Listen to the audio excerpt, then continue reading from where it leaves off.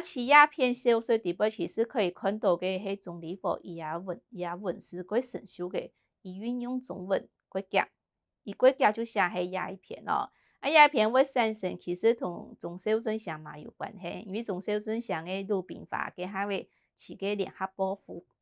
连载哦，连载嘅时间伊就可以听台湾人中孙可以去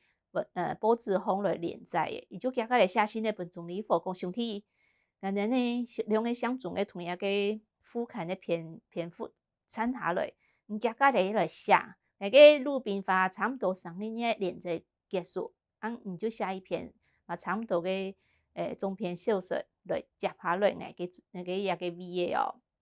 总理府接到信的嘛过听。伊书方就已经有相关的资料，所以讲好，我来写。伊过几个时间就写迄鸦片小说，我写迄个时间，